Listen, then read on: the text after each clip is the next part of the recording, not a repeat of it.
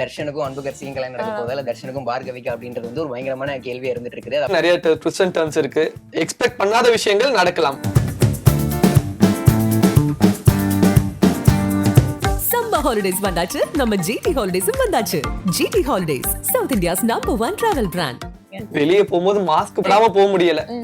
யார் என்ன பார்த்தாலுமே வந்து இவன் சும்மா சொல்லாத, ஏதோ சின்ன பாப்பா ரோலுக்கு தானே போற அப்படின்னு கேட்டாங்க. இது நம்பவே இல்லை யாருமே. நான் சொன்னேன், கேமரா போய் முன்னாடி நின்னாலே வந்து அப்படியே கால்லாம் நடுங்க ஆரம்பிச்சிடும். என்ன சுத்தி இருக்கிற எல்லாருமே பெரிய ஆர்டிஸ்ட். இது பாக்கியலட்சுமி வயது தானே, இவ எப்படி இவ்வளவு பெரிய பொண்ணா, நான் இதுல சின்னதா தானே இருக்கா. அவர் பாக்குறதுக்கு டெரரா இருப்பாரு. டெரரா இருப்பாரும். நம்ம சீன்ல எல்லாம் பார்க்கும்போது பயம் வரும். ராதிகா மேம் கூட இல்ல, இப்போ அவங்க வந்து என்னோட மம்மி தான். சீரியல் ஸ்பாயிலர்ஸ் கேட்டிருக்காங்களா? எங்க அம்மாவே கேட்பாங்க, சாப்பிட்டனா இல்லையா, டயர்டா இருக்கனா இல்லையா, எதுவுமே கேட்க மாட்டேன். நெக்ஸ்ட் என்ன போவோம், நெக்ஸ்ட் என்ன சீன் கேட்க மாட்டாங்க. எப்போ முடிய போகுது பாகியலட்சுமி, எப்போ முடிய போகுது, பிடிக்கவே பிடிக்காது. நான்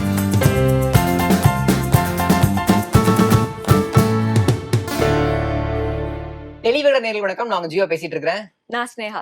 எதிர்நீச்சல் சீரியல், இந்த சீரியலுக்கு நம்ம ஊர்ல ஒரு தனி ஃபேன் பேஸே இருக்கு. இப்ப இந்த சீரியலோட பிளாட்டே வந்து 2 முக்கியமான கேரக்டர் சுத்தி தான் நடந்துகிட்டு இருக்கு. இவங்களுக்கு கல்யாணம் நடக்குமா நடக்காதுன்னா இப்ப மிகப்பெரிய எதிர்பார்ப்பா இருக்கு.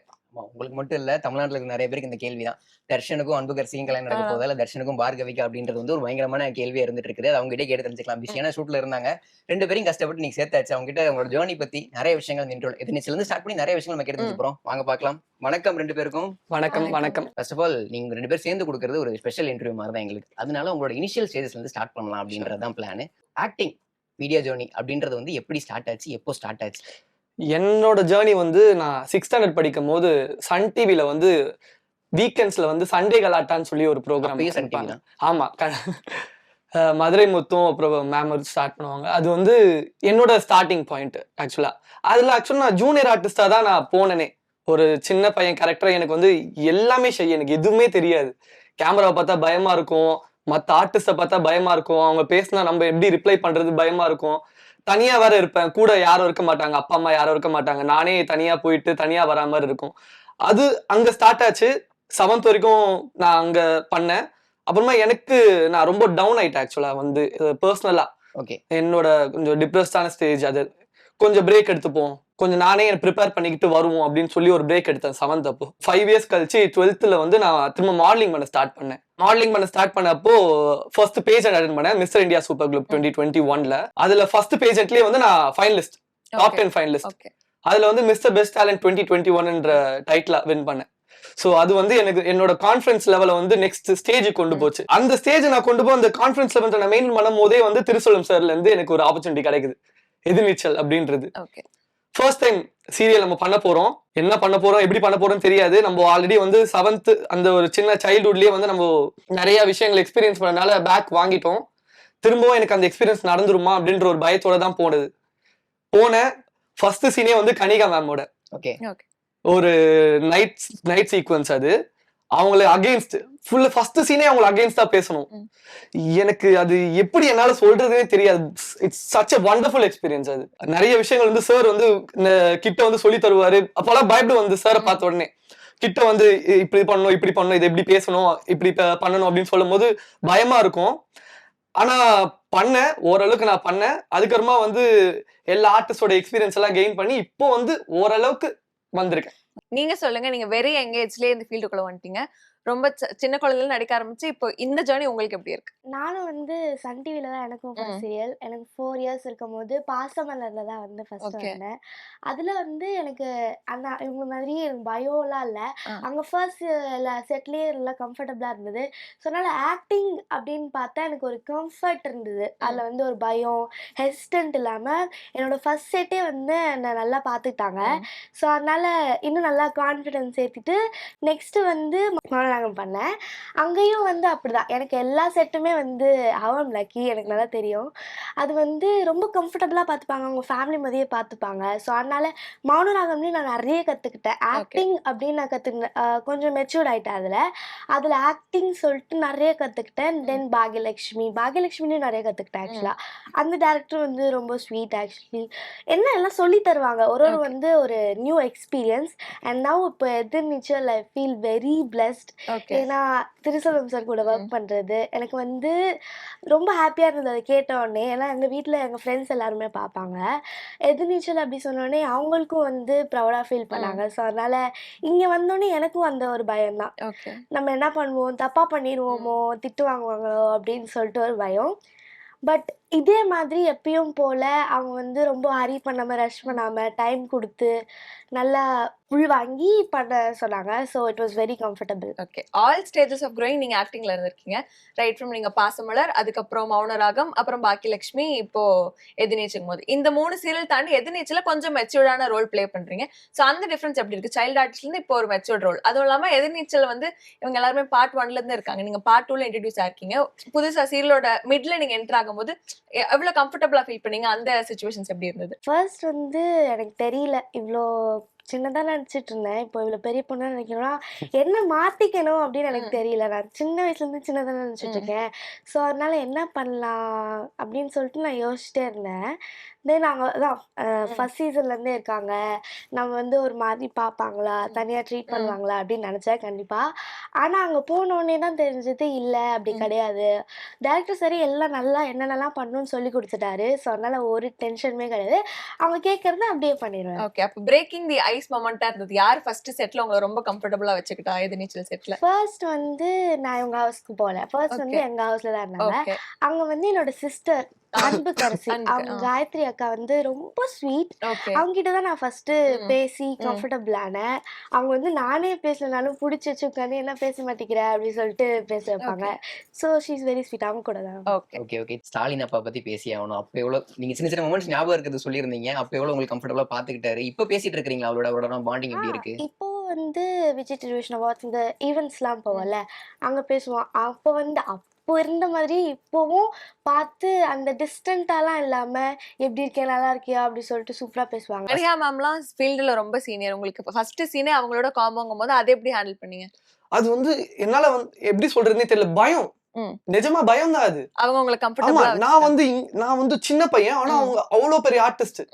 ஃபர்ஸ்ட் சீனே அவ்வளவு பெரிய ஆர்டிஸ்டோட பண்ணும்போது எனக்கு எப்படி பண்ணணும், அந்த சீனை நான் வந்து எப்படி ஹேண்டில் பண்றதுன்னு எனக்கு நிஜமா தெரியல. எனக்கு ஸ்க்ரீன் பேப்பர் படிக்கிறேன், என்ன நான் இவ்வளவு பேசணுமா அப்படின்ற ஒரு இது இருக்கும். இவ்வளவு டைலாக்ஸ் நான் அவங்களுக்கு அகேன்ஸ்டா பேசணும். இதை நான் எப்படி வந்து நான் மைண்ட்ல ஏத்திக்க போறேன், எப்படி நான் மாடுலேஷன் கத்துக்க போறேன், எப்படி நான் அவங்களுக்கு மூஞ்ச பார்த்து பேச போறேன்ற ஒரு பயம் ரொம்ப மோசமா இருந்துச்சு எனக்கு. ரொம்ப ஹேண்டில் பண்ணி, ஆனா அவங்க வந்து அதை புரிஞ்சுக்கிட்டு எனக்கு என் கூட அவ்வளோ ஃப்ரெண்ட்லியா இருப்பாங்க கன்னியா. அதை நான் வந்து கண்டிப்பா இந்த இடத்துல நான் சொல்லியே ஆகணும். அவங்க வந்து எனக்கு எப்படி வந்து சீரியல்ல எனக்கு அம்மாவா இருக்காங்களோ, ரியல் லைஃப்ல என்ன அப்படிதான் பாத்துப்பாங்க. இதை இப்படி பண்ணு, யூ டிட் வெரி வெல். ஒரு சீனுமே பார்த்து என்ன என்கரேஜ் பண்றது, அப்புறம் அப்ரிஷியேட் பண்றது, இதெல்லாம் வந்து நமக்கே இவ்வளவு பெரிய ஆர்டிஸ்ட் வந்து நம்மள அப்படி பேசுறாங்களே, அப்போ நம்ம இன்னும் சூப்பரா பண்ணணும், அவங்க கிட்ட இன்னும் நிறைய நல்ல அப்ரிசியேஷன்ஸ் எல்லாம் வாங்கணும் அப்படின்றத வந்து எனக்கு அவங்க பூஸ்ட் பண்ணிட்டே இருந்தாங்க ஒரு நாளுமே. It's amazing. உங்க ரோல் வந்து கிட்டத்தட்ட ஒரு நெகட்டிவ் ஷேட்லயே போயிட்டு இருக்கனால ஆடியன்ஸ் எப்படி ரிசீவ் பண்ணிக்கிறாங்க? வெளியே போகும்போது நெகட்டிவ் ஷேட்கான பாசிட்டிவ் நெகட்டிவா என்ன இருக்குன்னு பாக்குறீங்க? வெளியே போகும்போது மாஸ்க் போடாம போக முடியல. யார் என்ன பார்த்தாலுமே வந்து இவனெல்லாம் ஏன் இது பண்ண வைக்கிறீங்க அப்படின்ற ஒரு இது வரும். ஏன்பா நீ இப்படி இருக்க, வீட்டுல சொல்ற பேச்ச கேட்க மாட்டியா, அம்மா எவ்வளவு கஷ்டப்படுறாங்க. அவங்க வந்து அப்படியே ரியல் லைஃப் மேட்ச் பண்ணிக்கிறாங்க. Serial life real life match பண்ணி அவங்களோட டே டு டே பேசிஸ்ல என்ன பார்த்தாங்கன்னா எப்படி இருக்குமோ அதே மாதிரி பிஹேவ் பண்ணுவாங்க. அது வந்து என்னோட நெகட்டிவ் ஷேடை வந்து எப்படி சொல்றது அப்படி புரிஞ்சு வச்சிருப்பாங்க எல்லாரும், பாக்குற எல்லாருமே. ஃப்ரம் என்னோட நடிப்பு, என்னோட பேசுற டோனு, என்னோட பாடி லாங்குவேஜ் எல்லாமே நோட் பண்ணி எல்லாமே சொல்லுவாங்க. நீ ஏன்பா இவ்வளவு திமிரா இருக்க, என்ன கண்ணுல என்ன, ஏன் அப்படி முறைக்கிற நீ எல்லாரையும், இப்படிலாம் கேட்பாங்க. எப்படியே முறைச்சுனே இருப்பேல, யாராச்சும் அடிச்சிருவியா நீ, அடி பாப்போம் அப்படின்னு கேட்பாங்க. அதெல்லாம் காமெடியா இருக்கும் பார்க்கும்போது. இன்னொரு சமயத்துல வந்து எனக்கு சந்தோஷமா இருக்கும். பரவாயில்ல நம்ம நல்லா தான் பண்றோம் போல, அதனாலதான் எல்லாருக்கும் தெரியுது. ஒரு விஷயத்த டீடைலா நோட் பண்ணி சொல்லுவாங்க. சோ அது வந்து சூப்பரா இருக்கும் அதை கேட்கும் போது. ஓகே, சீரியல்ல தர்ஷன்ற ரோல் ப்ளே பண்றீங்க. தர்ஷனுக்கும் உங்க ரித்திக்குக்கும் என்னென்ன சிமிலாரிட்டிஸ் டிஃபரன்சஸ் நீங்க சொல்வீங்க? தர்ஷன் வந்து சைலண்டா இருப்பான். ஓகே. ஆனா அவனோட கோவம் வந்து ரொம்ப எக்ஸ்ட்ரீம்ல இருக்கும். ரித்திக்கும் இந்த மோரலஸ் சேம் தான். சைலண்டா இருப்பேன், யாருக்கிட்டையும் அவ்வளவா பேச மாட்டேன். பட் பேசிட்டா வந்து ரொம்ப எக்ஸ்ட்ரோவர்ட் நானு. எல்லாருக்கிட்டையும் அப்படியே மிங்கிள் ஆயிடுவேன் உடனே. ஆனா கோவம் இருந்துச்சுன்னா கோவம் ஓரளவுக்கு இருக்கும். பட் அந்த நெகட்டிவ் தர்ஷன் வந்து பண்ற தப்பான விஷயங்கள்லாம் வந்து ரித்தி கிட்ட இருக்காது. அவ்வளவுதான். ஓகே, நீங்க சொல்லுங்க. நீங்க இது வரைக்கும் பண்ண சீரியல்ஸ்ல வந்து ஒரு டாட்டர் ரோல், ஒரு பிரெட்டியான சின்ன பொண்ணு ரோலே ப்ளே பண்ணிட்டீங்க. இந்த சீரியல் தான் உங்களுக்கு ஒரு மெச்சூர்ட் ரோல் வந்திருக்கு. அதுவும் நீங்க உள்ள வந்தோடனே கல்யாண சப்ஜெக்ட் உள்ள கொண்டு வந்துட்டாங்க. சோ உங்க கூட இருக்கவங்க ஃப்ரெண்ட்ஸ், டீச்சர்ஸ், ஃபேமிலி அதை எப்படி ரிசீவ் பண்ணிக்கிறாங்க? அது மட்டும் இல்ல, உங்களுக்கு ஃபர்ஸ்ட் டைம் ஒரு ஆன் ஸ்கிரீன் பேர், நீங்க ஒரு பேரான ரோல் பண்ணும்போது உங்களுக்கு எப்படி இருக்கு? ஃபர்ஸ்ட் ஃப்ரெண்ட்ஸ், ஃபேமிலி இல்லை, ஃப்ரெண்ட்ஸு, டீச்சர்ஸ் அவங்க கிட்டலாம் சொல்லும் போது அவங்க, நான் நிஜமாலே சொல்கிறேன்னு நினைக்கல. அவங்க வந்து சும்மா சொல்லாத, ஏதோ ஒரு சின்ன பாப்பா ரோலுக்கு தானே போக போகிறேன் அப்படின்னு கேட்டாங்க. எனக்கு நம்பவே இல்லை யாருமே. நான் சொன்னேன், நான் எதிர்நீச்சல் 2லேருந்து பேராக தான் பண்ணுறேன் அப்படின்னு சொன்னேன். யாருமே நம்பவே இல்லை, நான் ப்ராங்க் பண்ணுறேன்னு நினச்சாங்க. ஒன்ஸ் டெலிகாஸ்ட் ஆனதுக்கப்புறம் தான் அவங்க நம்பினாங்களே. நம்பிட்டு வந்து என்னது நீ சும்மா சொல்கிறேன்னு நினச்சா நிஜமாலே போய் பண்ணியிருக்கேன், இதான் ஒரு சேஞ்ச் இருக்கணும் கண்டிப்பாக அப்படி சொல்லிட்டு பண்ணோம். எனக்கு வந்து அதுதான், எனக்கு வந்து சின்ன வயசுல தான் பண்ணிட்டு இருக்கோம் அப்படின்னு சொல்லிட்டு ஃபர்ஸ்ட் ஹெசிடண்டா இருந்தது. அதுக்கப்புறமா எப்படியா இருந்தாலும் ஒரு டைம்ல வந்து மெச்சூரான கேரக்டர் பண்ணோம்ல, சோ அது இப்பவே பண்ணலாம் அப்படின்னு சொல்லிட்டு. இப்ப சைல்டு ஆர்டிஸ்டா இருந்திருக்கீங்க, நீங்க அடுத்த கட்டத்துக்கு மூவ் ஆன் ஆகணும் அப்படின்ற மாதிரி ஒரு விஷயம் நினைச்சிருப்பீங்க. ஆனா மீடியா சைட்ல அதை வந்து டக்குன்னு அடாப்ட் பண்ணிக்கிறது கொஞ்சம் டைம் ஆயிருக்கும். சோ அந்த மாதிரியான சமயங்கள்ல ரிஜெக்ஷன் அப்படின்ற ஒரு ஃபேஸும் வரும். நீங்க அதை சந்திச்சிருக்கீங்களா அந்த சமயத்தெல்லாம்? நிறைய ஆடிஷன்லாம் போயிட்டு அவங்க வந்து சொல்லுவாங்க அப்புறமா ஃபோன் பண்றோம் அப்படின்னு சொல்லுவாங்க. அப்பவே வந்து ஒரு ஹோப் போயிடும். அதான் திங்க் பண்ணிட்டே இருப்போம். எங்கள் வீட்லேயும் ப்ரே பண்ணிகிட்டே இருப்பாங்க. I feel bad actually. ஏன்னா வந்து எங்கள் வீட்லேயும் ப்ரே பண்ணிகிட்டு இருக்காங்க. இது நான் கேனாட் என்ன சொல்கிறது, நான் அவங்க வந்து டிசப்பாயிண்ட் பண்ணக்கூடாது அப்படின்னு சொல்லிட்டு யோசிச்சு நானும் ப்ரே பண்ணிகிட்டே இருப்பேன். அண்ட் கண்டிப்பாக வந்து இப்போ எதிர்நீச்சல் அந்த ப்ரேயர்ஸ்க்கு எல்லாம் ஒரு பலனா வந்திருக்கு. கண்டிப்பா. ஸ்ட்ரகிள்ஸ் அப்படிங்கும் போது என்னென்ன விஷயங்கள் ஃபேஸ் பண்ணீங்க இந்த சீரியலுக்கு வரும்போது? நம்மள போய் நின்னா இதெல்லாம் பயமா இருந்துச்சு, எனக்கு முதல்ல பக்குவப்படுறதுக்கு கொஞ்சம் டைம் ஆச்சு அப்படின்னா? ஃபர்ஸ்ட் வந்து கேமரா போய் முன்னாடி நின்னாலே வந்து அப்படியே கால்லாம் நடுங்க ஆரம்பிச்சிடும். ரெண்டாவது வந்து என்னை சுத்தி இருக்கிற எல்லாருமே பெரிய artist. Starting from Marimuthu sir, Kanika ma'am, Kamalesh sir, எல்லாருமே டாப் ஆர்டிஸ்ட். அவங்க கூட வந்து பேசுறதுக்கே நம்மளுக்கு கொஞ்சம் தயக்கமா இருக்கும். பட் அவங்க வந்து அதெல்லாம் எதுவுமே இது பண்ணிக்க மாட்டாங்க. அவங்க பெரிய ஆர்டிஸ்ட், நீங்க சின்ன ஆர்டிஸ்ட் எல்லாம் எதுவுமே கிடையாது. ரொம்ப கம்ஃபர்டபுளா ட்ரீட் பண்ணுவாங்க. அது வந்து உங்களுக்கு ஒரு போக போக போக போக வந்து நீங்களே வந்து எல்லா விஷயங்களையும் கத்துக்கிற மாதிரி ஒரு என்விரான்மெண்ட்டை கொண்டு வரும். தேர்ட் வந்து பாத்தீங்கன்னா வந்து சீன் மூடுக்கு வந்து உடனே வந்து நான் அடாப்ட் ஆகணும். அந்த ஒரு திங் வந்து இப்போ வந்து நான் ஆஃப் கேமரால வந்து சிரிச்சுக்கிட்டு ஜாலியா பேசிட்டு இது பண்ணுவோம். ஒன்ஸ் கேமரா ரோல் ஆகும் போது டப்புன்னு சீன் மூடுக்கு வரணும். அது வந்து எனக்கு ஸ்டார்டிங்ல கஷ்டமா இருந்துச்சு. பட் போக போக போக வந்து நான் ஒரு விஷயங்களை கத்துக்கும் போது அடாப்ட் ஆகிட்டேன். கமெண்ட்ஸ் வந்துட்டு இருக்கு, இவங்க 2 பேரும் என்ன பண்ணிட்டு இருக்காங்க, என்ன படிச்சிட்டு இருக்காங்க அப்படின்ற மாதிரி கேட்டுட்டு இருக்காங்க. பதில் சொல்லிட்டீங்கன்னா ரொம்ப பெர்ஃபெக்ட்டா இருக்கும். நான் வந்து சத்யபாமால பிடெக் ஐடி படிச்சிட்டு இருக்கேன், 3rd இயர். நான் வந்து 9th போயிருக்கேன் இந்த வருஷம். 9th. நீங்க ஃபர்ஸ்ட் பார்ட்ல இருந்து இருக்கனால யாராவது சீரியல் ஸ்பாயிலர்ஸ் கேட்டிருக்காங்களா? ஏன்னா எப்பவுமே ஒரு சீரியல் முடியும் போது ஒரு இன்ட்ரெஸ்டிங் பாயிண்ட்ல தான் முடிப்பாங்க. அந்த இன்ட்ரெஸ்டிங் பாயிண்ட்ல தான் தொடரும்னே வரும். நீங்க ஆல்ரெடி நடிச்சிருப்பீங்க. சோ கண்டிப்பா அதுக்கப்புறம் என்ன நடக்க போதும் உங்களுக்கு தெரிஞ்சிருக்கும். சோ உங்களை சுத்தி இருக்கவங்களுமே இந்த சீரியலுக்கு ஒரு பெரிய ஃபேன்ஸா இருப்பாங்க. அவங்க வந்து யாராவது உங்ககிட்ட கேட்டிருக்காங்களா, அடுத்து என்ன நடக்க போகுது, உங்களுக்கு கல்யாணம் ஆகுமா ஆகாதா, இந்த மாதிரி क्वेश्चंस எல்லாம் உங்ககிட்ட? எங்க அம்மாவே கேட்பாங்க. நான் ஷூட் முடிச்சு வெளியே வீட்டுக்குள்ள வருவேன், நீ இங்க முடிச்சு நெக்ஸ்ட் என்ன பண்ண, இதுக்கப்புறம் என்ன போவோம், நான் சாப்பிட்டனா இல்லையா, டயர்டா இருக்கனா இல்லையா, எதுவுமே கேட்க மாட்டேன். நெக்ஸ்ட் என்ன போவோம் அப்படின்னு தான் கேட்பாங்க. அம்மாவே எப்படி கேட்கும் போது சுத்தி இருக்க எல்லாருமே அதான் கேட்பாங்க. நீங்க யாருக்கா ஸ்பாயிலர்ஸ் கொடுத்திருக்கீங்களா அந்த மாதிரி இதுதான் நடக்க மாட்டேன்? அது ரொம்ப ஸ்ட்ரிக்ட்டா. ஏன்னா எங்களுக்கே தெரியாது. ஓகே, எங்களுக்கே தெரியாது. மெயின் அதுதான், என்ன நெக்ஸ்ட் நடக்கும்னு யாருக்குமே தெரியாது, சாருக்கு மட்டும் தான் தெரியும். சோ வந்து நெக்ஸ்ட் சீன் பொறுத்து ஓகே நெக்ஸ்ட் இது நடக்கும், இது நடக்கலாம்னு சொல்லிட்டு நான் சும்மா நீங்க கெஸ் பண்ணுங்க அப்படின்னு சொல்லிட்டு சொல்லுவேன். ஒரு ஃப்ரெண்ட்ஸ் எல்லாம் அவாய்ட் பண்ணவே முடியாது. ஒரு மாப்பிள்ள சொல்லு மாப்பிள்ள அப்படின்ற மாதிரி எல்லாம் நின்றுவாங்க. எப்படி அவாய்ட் பண்ணுவீங்க? ஃப்ரெண்ட்ஸ் எல்லாம் வந்து கலாய்ப்பாங்க, நீ வேற லெவல் சீன் மச்சு, வேற லெவல் பண்றடா சீன் அப்படின்ட்டு. அந்த இடத்துல நான் சிலது என்னோட எக்ஸ்பிரஷனோ அதை வச்சு ஃபன் பண்ணிட்டு நீ இப்படி ரியாக்ஷன் தரிய, நெக்ஸ்ட் நீ என்னதான் பண்ணுவ அப்படின்ட்டு ஒரு இன்டைரக்டா வந்து கேள்வி கேட்பாங்க.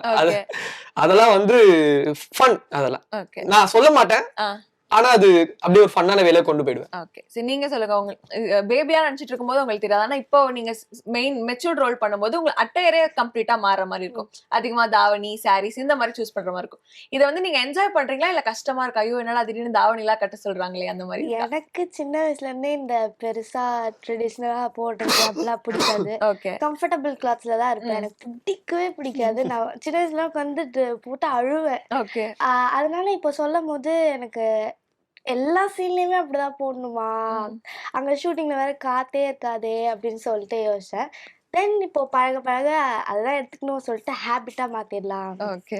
எதிர்நீச்சல் ஸ்டார்ட் ஆனதுக்கு அப்புறம் பப்ளிக் கிட்ட இருந்து என்னென்ன கமெண்ட்ஸ் கிடைச்சது உங்களுக்கு? எல்லாருமே வந்து இது பாக்கியலட்சுமி வயது தானே, இவ எப்படி இவ்வளவு பெரிய பொண்ணா நான் இதுல சின்னதா தானே இருக்கா அப்படிலாம் கேட்டாங்க.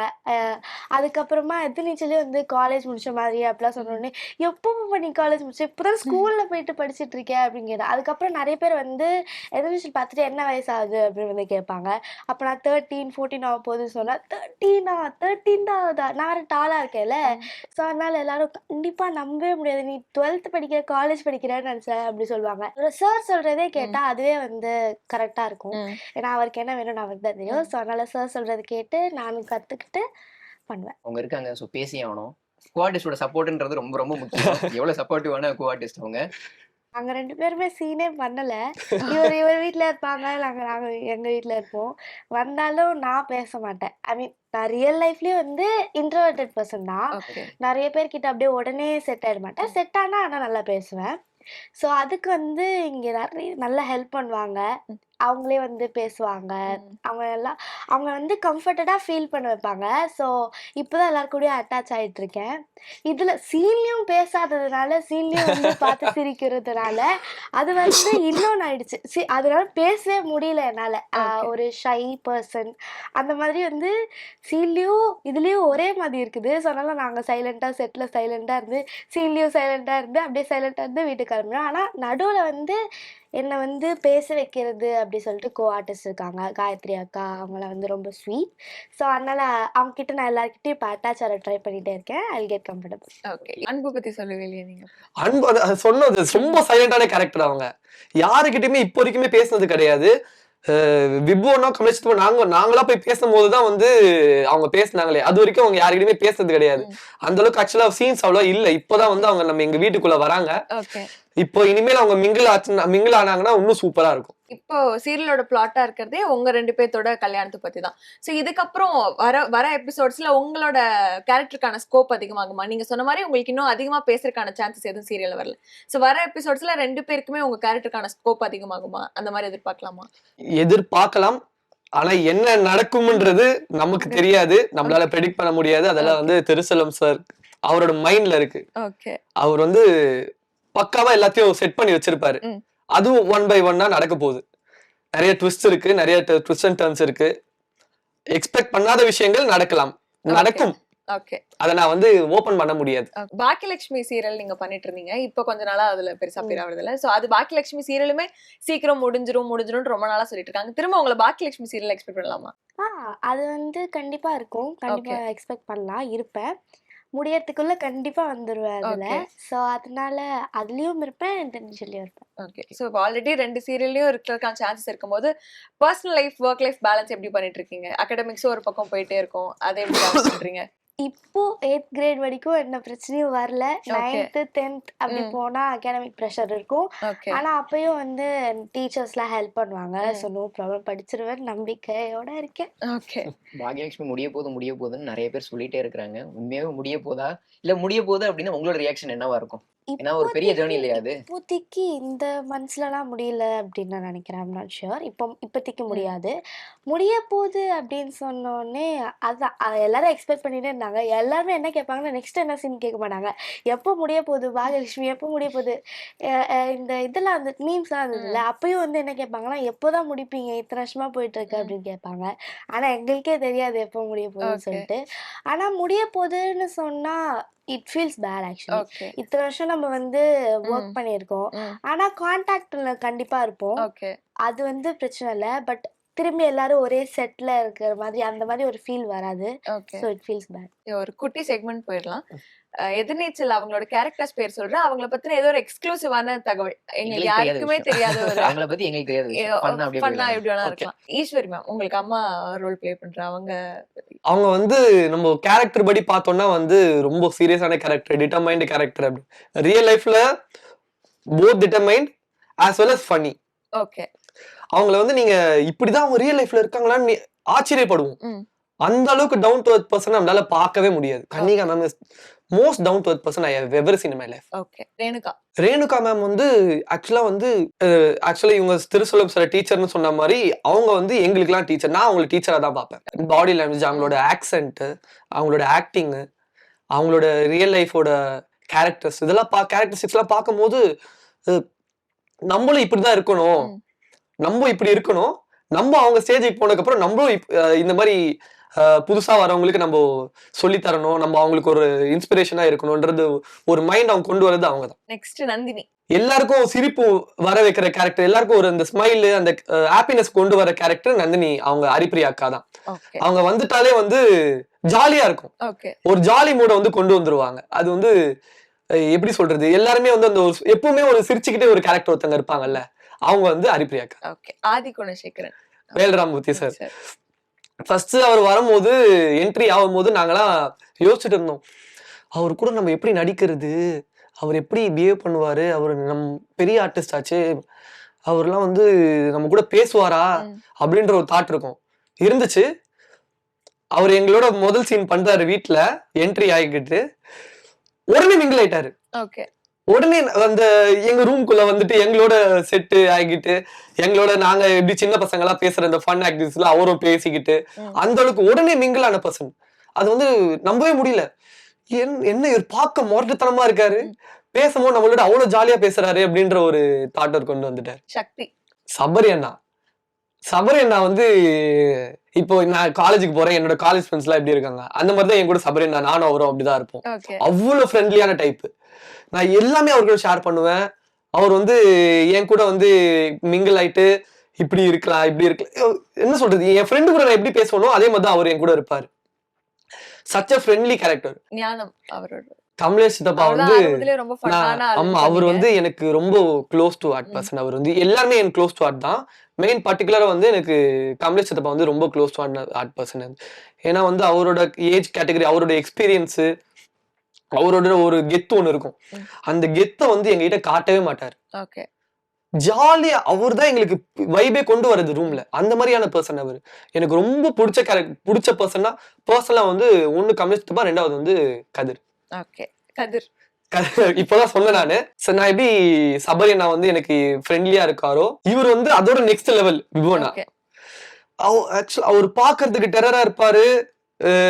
டெரரா இருப்பாரும், நம்ம சீன்ல எல்லாம் பார்க்கும்போது பயம் வரும். டோட்டல் ரியல் லைஃப்ல வந்து டோட்டல் ஸ்மைலான பர்சன். சிரிச்சுக்கிட்டே இருப்பாரு. எல்லாருக்கும் வந்து ஒரு ஒரு கம்ஃபர்டபுளான என்விரான்மெண்ட் உள்ள கொண்டு வருவான். அது வந்து ரொம்ப கஷ்டம். வந்து நம்ம பேசுறோம் அப்படின்னா வந்து நம்ம ஒருத்தர் கம்ஃபர்டபுளா ஃபீல் பண்றது கொஞ்சம் நேரம் ஆகும். அவர் கூட நீங்க பேச ஆரம்பிச்சுட்டாங்கன்னு ஒரு 1 or 2 seconds உடனே கம்ஃபர்டபுள் ஆயிடுவீங்க. அது எப்படி, அவரோட கேரக்டர் அப்படி. ஓகே. விசாலாட்சி பாட்டி அவங்க இப்போ வந்து ரீசன்ட் டேஸ்ல வந்து என் கூட ரொம்ப க்ளோஸ் ஆயிட்டாங்க. ஓகே. எப்படி அவங்களோட லீக் வேற, நம்ம கூட இருக்கிறது வேற. ஓகே. அந்த மாதிரியான ஒரு பர்சன். ரித்திக்கு இன்னைக்கு நான் ஒரு ரீல் உனக்கு பார்த்து வச்சிருக்கேன், நான் இன்னைக்கு சூப்பரா பண்றோம், அதை எடிட் பண்ணி மாஸ் பண்றோம் அப்படின்னு ஒரு வைபடே வருவாங்க. காலைல எல்லாருமே ஷூட்டிங் ஸ்பாட்ல கொஞ்சம் அரிபரியா ரெடி ஆகணும், ஃபர்ஸ்ட் ஷாட் அப்படின்னு இருக்கும். ரித்திக்கு சூப்பரான ரீல் ஒண்ணு பார்த்து வச்சிருக்கேன், நீங்க வேற லெவல் பண்றோம், சூப்பர், இன்னைக்கு வேற, நீ வா, நீ உடனே வந்துரு ரூமுக்கு அப்படின்னு. பார்கவி அவங்க இப்போ ரீசெண்டா அவங்க வந்து இப்போ எனக்கு ரீசெண்டா தான் கொஞ்ச நாளா வந்திருக்காங்க. அவ்வளவா எனக்கும் அவங்களுக்கும் சீன்ஸ் அவ்வளவா வந்தது இல்லை, நான் பேசுனது கிடையாது. பட் அவங்க பார்க்கும்போது ரொம்ப சைலண்டான கேரக்டர். ஓகே. ரொம்ப சைலண்டான கேரக்டர், யாரையும் அவ்வளவா பேச மாட்டாங்க. பட் பேசினா வந்து உடனே மிங்கிள் ஆயிடுறாங்க. ஓகே. அறிவுக்கரசி அவங்க வந்து காயத்ரி அக்கா வந்து என்ன சொல்றது, அவங்க வந்து ஒரு புது கேரக்டர். ஆக்சுவலா புதுசா வந்திருக்காங்க அதுல. ஆனா நம்ம கூட நடிக்கும் போது சீசன் 1ல இருந்து நம்ம கூட ஒரு பர்சன் டிராவல் பண்ணிட்டு இருப்போம் எல்லாரும். அவங்களோட இன்னும் இவங்க இப்போதானே வந்தாங்க, இன்னும் நம்ம சீசன் 1 வந்து இருக்கிற பர்சன் மாதிரியே இருக்காங்களே அப்படின்றது ஒரு வேற லெவல்ல. அவங்க எக்ஸ்ட்ரோவர்ட் பர்சன், அவங்க டோட்டலா பார்க்கும்போதே பேசும்போதே தெரியும். ரொம்ப ஜாலியா பேசிக்கிட்டு எல்லாரும் எக்ஸைட்டடா வச்சுக்கிட்டு, நம்ம கொஞ்சம் தயங்கி பேசுவோம், கொஞ்சம் ஒருத்தர்கிட்ட பேசணும்னா ஷையா ஃபீல் பண்ணுவோம். அப்படிலாம் கிடையாது. உடனே ஜாலியா பேசி அவங்களோட ஃபன் பண்ணிக்கிட்டு உடனே மிங்கிள் ஆயிடுறாங்க. அது வந்து பாக்குறதுக்கு நமக்கு ஒரு கம்ஃபர்ட் ஜோன் கொண்டு வரும் நடிக்கிறதுக்கு. இப்போ அவங்க பாக்குறோம், எனக்கும் அவங்களுக்கும் ஒரு சீன் இருக்கும். அவங்க கிட்ட பேசும்போது கொஞ்சம் தயங்குவானா, அவங்களோட கம்ஃபர்ட் ஜோன் நமக்கு தந்ததுனால ஃப்ரீயா நம்ம நடிப்போம். அவங்களோட அந்த ஒரு ஃப்ரீனஸ் வந்து உடனே கொண்டு வந்துட்டாங்க. ஃபர்ஸ்ட் சீனே கொண்டு வந்துட்டாங்க. நீங்க இந்த சீரியல்ல வந்து தூரத்துல தான் கவனிச்சிருப்பீங்க, ஆனா இவங்க கிட்ட நான் இதை கவனிச்சேன் அப்படின்ற மாதிரி எக்ஸ்பிரசிவா தான் இருக்கா? ஏதோ சில கேரக்டர்ஸ் பத்தியா சொல்லுங்க. அதுதான் எல்லாருமே வந்து அங்க ரொம்ப ஜாலியா இருப்பாங்க. எல்லாரும் வந்து ஒருத்தங்க கிட்டதான் பேசுவாங்க, ஒருத்தங்க கிட்டதான் பேசுவாங்க, அப்படி கிடையாது. எல்லார்கிட்டயும் எல்லாரும் குரூப்பா உட்கார்ந்து பேசுவாங்க. அப்ப வந்து நம்மளும் மிங்கலாலாம் அப்படி சொல்லிட்டு நம்மளுக்கே ஒரு ஐடியா வரும். நானா தான் யார்கிட்டயும் நான் பேச மாட்டேன், ஆனா எனக்கே வந்து ஓகே அவங்க கிட்ட பேசணும் அப்படின்னு சொல்லிட்டு ஆசையா இருந்தேன். நானும் போய் வந்து மிங்களா எல்லாம் பேசியிருக்கேன். சோ அவங்க எல்லாரும் ஜாலியா ஃபன்னா இருப்பாங்க.